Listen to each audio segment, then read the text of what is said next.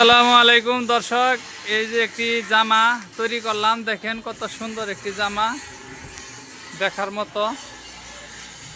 হলুদ touch paste কালারের মধ্যে অনেক ঘিয়ার দিয়ে এই কাপড়টি তৈরি করতে আমাদের টোটালে 10 গজ কাপড় লাগছে।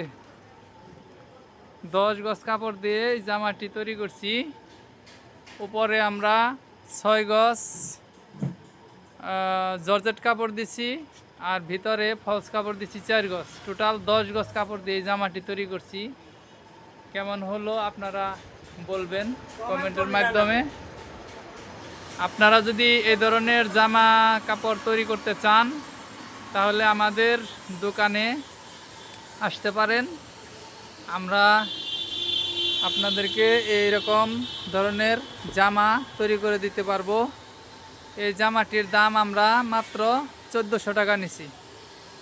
মাত্র 1400 টাকার মধ্যে এই জামাটি আমরা আপনাদেরকে তৈরি করে দিতে পারবো।